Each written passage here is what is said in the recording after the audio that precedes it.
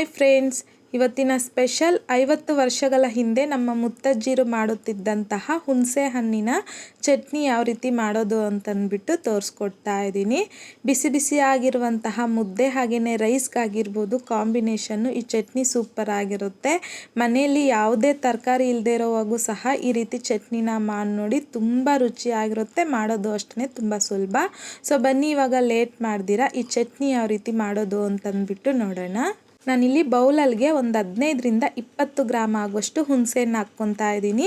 ಅಂದರೆ ಒಂದು ನಿಂಬೆ ಹಣ್ಣಿನ ಸೈಜ್ ಆಗೋಷ್ಟು ಆಗುತ್ತೆ. ಈಗ ಬೌಲಲ್ಗೆ ತಗೊಂಡು ಇದ್ರಲ್ಗೆ ಒಂದು ಅರ್ಧ ಕಪ್ ಆಗುವಷ್ಟು ಬಿಸಿ ನೀರು ಹಾಕ್ಕೊತಾ ಇದ್ದೀನಿ. ಈ ರೀತಿ ಬಿಸಿ ನೀರು ಹಾಕಿ ಹುಣಸೆಹಣ್ಣು ನೆನೆಸ್ಕೊಳ್ಳೋದ್ರಿಂದ ಬೇಗ ನೆನೆಯುತ್ತೆ. ಜೊತೆಗೆ ನಾವು ಚಟ್ನಿ ಮಾಡುವಾಗ ಇದೇ ನೀರು ಹಾಕೋದ್ರಿಂದ ಚಟ್ನಿ ಅನ್ನೋದು ಕೆಡೋದಿಲ್ಲ ಬೇಗ. ಸೊ ಒಂದು 10 ನಿಮಿಷ ಹುಣಸೆಹಣ್ಣನ್ನು ನೆನೆಸ್ಕೋಬೇಕು. ಈಗ ನಾನಿಲ್ಲಿ ಪ್ಯಾನಲ್ಗೆ 1 ಟೇಬಲ್ ಸ್ಪೂನ್ ಆಗುವಷ್ಟು ಕಡಲೆ ಬೀಜನ ಹಾಕ್ಕೊಂಡು ಲೋ ಫ್ಲೇಮ್ನಲ್ಲಿ ಕಡಲೆ ಬೀಜನ ಒಂದು 2 ನಿಮಿಷ ರೋಸ್ಟ್ ಮಾಡ್ಕೋಬೇಕು. ಸೊ ನೋಡಿ, ಈ ರೀತಿ ಸ್ವಲ್ಪ ಕಡಲೆ ಬೀಜನ ರೋಸ್ಟ್ ಮಾಡ್ಕೊಂಡಿದ್ದಾದಮೇಲೆ ಇದ್ರಲ್ಗೆ 1 ಟೇಬಲ್ ಸ್ಪೂನ್ ಆಗುವಷ್ಟು ಕಡಲೆಬೇಳೆ ಹಾಕ್ಕೊತಾ ಇದ್ದೀನಿ. ಈ ಕಡಲೆಬೇಳೆ ಕಡಲೆ ಬೀಜ ಎರಡನ್ನು ಮತ್ತೊಂದು 2 ನಿಮಿಷ ಲೋ ಫ್ಲೇಮ್ನಲ್ಲಿ ರೋಸ್ಟ್ ಮಾಡ್ಕೋಬೇಕು. ಸೊ ಈ ರೀತಿಯಾಗಿ ಕಡಲೆಬೇಳೆನೂ ಅಷ್ಟೇ ಸ್ವಲ್ಪ ಲೈಟಾಗಿ ರೋಸ್ಟ್ ಮಾಡ್ಕೊಂಡಿದ್ದಾದಮೇಲೆ 1 ಟೇಬಲ್ ಸ್ಪೂನ್ ಆಗುವಷ್ಟು ಉದ್ದಿನ ಬೇಳೆನ ಸಹ ಹಾಕ್ಕೊಂಡು ಮಿಕ್ಸ್ ಮಾಡ್ಕೊತ ಲೋ ಫ್ಲೇಮ್ನಲ್ಲಿ ಇದನ್ನು ಅಷ್ಟೇ ಸ್ವಲ್ಪ ಹೊತ್ತು ರೋಸ್ಟ್ ಮಾಡ್ಕೋಬೇಕು. ಸೊ ಈ ರೀತಿಯಾಗಿ ಸ್ವಲ್ಪ ರೋಸ್ಟ್ ಮಾಡ್ಕೊಂಡಿದ್ದಾದಮೇಲೆ 1 ಟೀ ಸ್ಪೂನ್ ಆಗುವಷ್ಟು ಧನಿಯಾ ಕಾಳು, ಅರ್ಧ ಟೀ ಸ್ಪೂನ್ ಆಗುವಷ್ಟು ಜೀರಿಗೆ, 1/4 ಟೀ ಸ್ಪೂನ್ ಆಗುವಷ್ಟು ಮೆಂತ್ಯನ ಸಹ ಹಾಕ್ಕೊಂಡು ಮಿಕ್ಸ್ ಮಾಡ್ಕೊತ ಲೋ ಫ್ಲೇಮ್ನಲ್ಲಿ ಈ ರೀತಿ ಸ್ವಲ್ಪ ಲೈಟ್ ಗೋಲ್ಡನ್ ಕಲರ್ ಬರೋವರೆಗೂ ಎಲ್ಲನೂ ಚೆನ್ನಾಗಿ ರೋಸ್ಟ್ ಮಾಡ್ಕೋಬೇಕು ಲೋ ಫ್ಲೇಮ್ನಲ್ಲಿ. ಸೊ ರೋಸ್ಟ್ ಮಾಡ್ಕೊಂಡಿದ್ದಾದಮೇಲೆ ಇದ್ರಲ್ಗೆ ಒಂದು 3ರಿಂದ 4 ಬ್ಯಾಡ್ಗೆ ಒಣಮೆಣಸಿನ್ಕಾಯಿ ಹಾಕ್ಕೊತಾ ಇದ್ದೀನಿ. ಹಾಗೆಯೇ ಖಾರಕ್ಕೆ ತಕ್ಕಷ್ಟು 2ರಿಂದ 3 ಒಣಮೆಣಸಿನ್ಕಾಯಿ ಹಾಕ್ಕೊತಾ ಇದ್ದೀನಿ. ಹಾಗೆಯೇ ಒಂದು ಎಸ್ಲಾಗುವಷ್ಟು ಕರಿಬೇವನ್ನು ಸಹ ಹಾಕ್ಕೊಂಡು ಮಿಕ್ಸ್ ಮಾಡ್ಕೊತ ಲೋ ಫ್ಲೇಮ್ನಲ್ಲಿ ಕರಿಬೇವು ಸ್ವಲ್ಪ ಕ್ರಿಸ್ಪಿ ಆಗೋವರೆಗೂ ರೋಸ್ಟ್ ಮಾಡ್ಕೋಬೇಕು.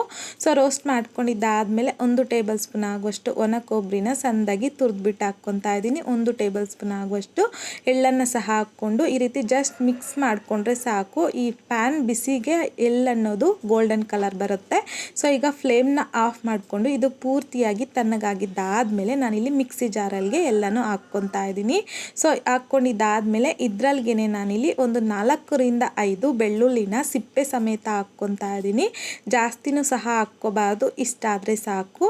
ಸೊ ಹಾಗೆಯೇ ರುಚಿಗೆ ತಕ್ಕಷ್ಟು ಕಲ್ಲುಪ್ಪು ಹಾಕ್ಕೊತಾ ಇದ್ದೀನಿ. ಆದಷ್ಟು ಈ ರೀತಿ ಕಲ್ಲುಪ್ಪೆ ಹಾಕ್ಕೊಳ್ಳಿ, ಚಟ್ನಿ ಟೇಸ್ಟ್ ಅನ್ನೋದು ತುಂಬ ಚೆನ್ನಾಗಿರುತ್ತೆ. ಸೊ ನೋಡಿ, ಈ ರೀತಿ ಹಾಕಿದ್ದಾದಮೇಲೆ ನೀರು ಹಾಕ್ದಿರಾ ಮೊದಲಿಗೆ ಸ್ವಲ್ಪ ಕೋರ್ಸಾಗಿ ಇದನ್ನು ಪುಡಿ ಮಾಡ್ಕೊಂಡು ತಗೋಬೇಕು. ಒನ್ಸ್ ಈ ರೀತಿ ಸ್ವಲ್ಪ ಕೋರ್ಸಲ್ಲಿ ಪುಡಿ ಮಾಡ್ಕೊಂಡಿದ್ದಾದಮೇಲೆ ಹುಣಸೆಹಣ್ಣನ್ನು ಬಿಸಿ ನೀರಲ್ಲಿ ನೆನೆಸಿಟ್ಕೊಂಡಿದ್ರಲ್ವಾ, ಸೊ ನೀರು ಸಮೇತ ಹಾಕ್ಕೊತಾ ಇದ್ದೀನಿ. ಇಷ್ಟಾದರೆ ಸಾಕು, ನೀರು ಜಾಸ್ತಿನೂ ಸಹ ಹಾಕೋದಕ್ಕೆ ಹೋಗಬೇಡಿ. ಸೊ ನೋಡಿ, ನಾನು ಹಾಕಿರುವಂಥದ್ದು ನೀರು ಪರ್ಫೆಕ್ಟಾಗಿ ಸರಿ ಹೋಗಿದೆ. ಇದಕ್ಕಿಂತ ನೀರು ಇರಬಾರ್ದು, ಇನ್ನೂ ಗಟ್ಟಿ ಇದ್ರೂ ಪರವಾಗಿಲ್ಲ. ಸೊ ಹಾಗಾಗಿನೇ ಒಂದು ಅರ್ಧ ಕಪ್ ನೀರಾದರೆ ಸರಿ ಹೋಗುತ್ತೆ. ಸೊ ಈ ರೀತಿ ಸ್ವಲ್ಪ ಕೋರ್ಸಲ್ಲಿ ಚಟ್ನಿನ ಗ್ರೈಂಡ್ ಮಾಡ್ಕೊಂಡಿದ್ದಾದಮೇಲೆ ಒಂದು 2 ಟೇಬಲ್ ಸ್ಪೂನ್ ಆಗುವಷ್ಟು ಸಣ್ಣದಾಗಿ ಕಟ್ ಮಾಡ್ಕೊಂಡಿರುವಂಥ ಈರುಳ್ಳಿನ ಹಾಕ್ಕೊತಾ ಇದ್ದೀನಿ. ಸೊ ಈ ರೀತಿ ಕೊನೆಯಲ್ಲಿ ಈರುಳ್ಳಿ ಹಾಕೋದ್ರಿಂದ ಮಧ್ಯ ಮಧ್ಯದಲ್ಲಿ ತಿನ್ನೋವಾಗ ಸಿಕ್ಕರೆ ಟೇಸ್ಟ್ ಅನ್ನೋದು ತುಂಬ ಚೆನ್ನಾಗಿರುತ್ತೆ. ಸೊ ಅಷ್ಟೇ, ಈಗ ಚಟ್ನಿ ಅನ್ನೋದು ರೆಡಿಯಾಗಿದೆ. ಸೊ ಈ ಚಟ್ನಿಗೆ ಬಂದು ಒಗ್ಗರಣೆನೂ ಸಹ ಅವಶ್ಯಕತೆ ಇಲ್ಲ, ತುಂಬ ರುಚಿಯಾಗಿರುತ್ತೆ. ಸೊ ಈ ರೀತಿಯಾಗಿ ಚಟ್ನಿನ ರೆಡಿ ಮಾಡಿ ಇಟ್ಕೊಂಡ್ರೆ ನೀವು 2 ಮಂತ್ಸ್ವರೆಗೂ ಸ್ಟೋರ್ ಮಾಡಿ ತಿನ್ಕೋಬೋದು, ತುಂಬ ಚೆನ್ನಾಗಿರುತ್ತೆ. ಸೊ ಈ ರೀತಿ ಬಿಸಿ ಬಿಸಿಯಾಗಿರುವಂತಹ ರೈಸ್ ಜೊತೆಗೆ ಸ್ವಲ್ಪ ತುಪ್ಪ ಈ ಚಟ್ನಿನ ಹಾಕಿ ಮಿಕ್ಸ್ ಮಾಡ್ಕೊಂಡು ತಿಂದರೆ ಕಾಂಬಿನೇಷನ್ನು ಸೂಪರ್ ಆಗಿರುತ್ತೆ. ಸೊ ಈ ರೀತಿಯಾಗಿ ಚಟ್ನಿನ ನೀವು ಮನೇಲಿ ಟ್ರೈ ಮಾಡಿ ನೋಡಿ. ಟ್ರೈ ಮಾಡಿದ್ದಾದಮೇಲೆ ನಿಮಗೂ ಸಹ ಟೇಸ್ಟ್ ಹೇಗೆ ಬಂತಂದ್ಬಿಟ್ಟು ಮರೀದೆ ಕಮೆಂಟ್ ಬಾಕ್ಸಲ್ಲಿ ಕಮೆಂಟ್ ಮಾಡಿ, ಲೈಕ್ ಮಾಡಿ, ಶೇರ್ ಮಾಡಿ. ಮತ್ತಷ್ಟು ಈಸಿ ಆ್ಯಂಡ್ ಸಿಂಪಲ್ ಕ್ವಿಕ್ ರೆಸಿಪೀಸ್ಗೋಸ್ಕರ ದಯವಿಟ್ಟು ನೀವಿನ್ನೂ ಮೇಘಶ್ರೀಸ್ ಕಿಚನ್ ಚಾನಲ್ನ ಸಬ್ಸ್ಕ್ರೈಬ್ ಮಾಡಿಲ್ಲ ಅಂತಂದರೆ ಸಬ್ಸ್ಕ್ರೈಬ್ ಮಾಡಿ.